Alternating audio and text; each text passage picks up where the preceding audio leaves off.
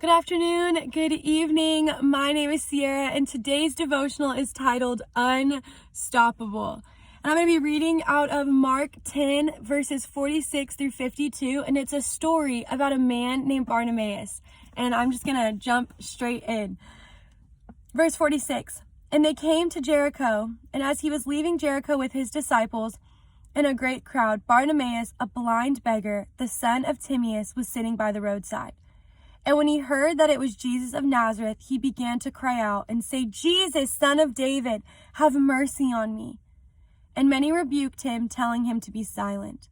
But he cried out all the more, Son of David, have mercy on me. And Jesus stopped and said, Call him.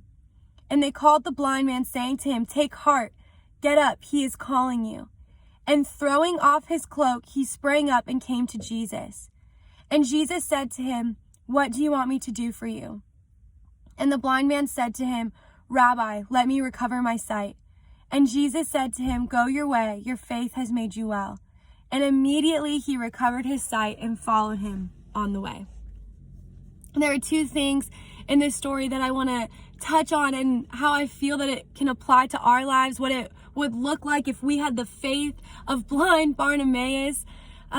Especially coming out of the Carry the Love Summit. If you were able to join us, I hope you encountered Jesus as much as I did. And on Friday night, Derek talked about not forgetting our history, not forgetting the circuit rider history, not forgetting our own history, not forgetting the history of the cross, and what that looks like when we remember our history and how we can go forth in loving people.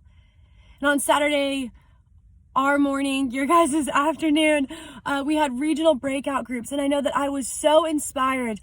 Shout out to the Scandinavians and Northern Europeans, so inspired by the hearts to live a no-compromise life, to preach a counterculture gospel, to preach the raw gospel of Jesus. And then Saturday evening, Nick brought a wild just message about collaboration, about teamwork, what it looks like to lead and what it looks like to have biblical leadership and innovation. And when I think about blind Bartimaeus, I think this is the type of faith that this man had is what we need in order to be able to do the things that we just learned. So the first thing that I want to touch on is that he shouted all the more. So he hears that Jesus of Nazareth is walking by, and he shouts out, he says, Jesus, son of David, have mercy on me. He's shouting out, and the people around him rebuke him. They tell him to be silent.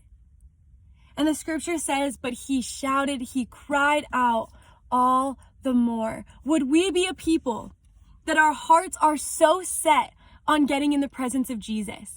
Our hearts are so set on pursuing him, on speaking to him, on being healed by him. Blind Bartimaeus was not fazed by the people around him telling him to be quiet. His sight was set on Jesus in his heart. And would we be a people that would be like that? When culture tells us that people don't want God, would we shout all the more? Would we shout all the more the gospel of Jesus? When culture tells us that prostitution has always existed and always will exist, would we shout all the more that Jesus is the answer and women are not for sale? When our university professors and our peers tell us that God's not real, that it's just a story, or they shout secular humanism at us, that they tell us everyone has their own truth, would we shout all the more, Jesus is the way, the truth, and the life, not all roads lead to heaven? Would we shout the truth all the more? The second thing is it says that he throws off his cloak and springs forth to go meet Jesus after Jesus has called him. He throws off his cloak. This is a blind man. He's a beggar. His cloak probably provides him warmth and comfort. It doesn't say if he's been blind his whole life. We don't know how long he's been a beggar, but I just have to imagine that this cloak is a way of life for him. It symbolizes to everyone that he is on the streets. It symbolizes to everyone that he's a beggar. And without even receiving healing yet, he hasn't been healed yet, he throws off his cloak to get into the presence of Jesus. Would we be unstoppable in our pursuit that we will shout all the more? But will we also be unstoppable in our pursuit of Jesus, that we are willing to let go of comforts that we've clung on to? that we're willing to let go of things that feel comfort to us, that we feel protected by? Would we throw it all off just to get into the presence of Jesus? And we see that from these places that it says, your faith has made you well. Your faith, your trust in Jesus to throw off your cloak and get in his presence. Your trust in Jesus to continue shouting when others tell you to be quiet. That trust, that faith, that belief that God is who he says he is and he'll do what he says he'll do. With that faith, go. It's made you well.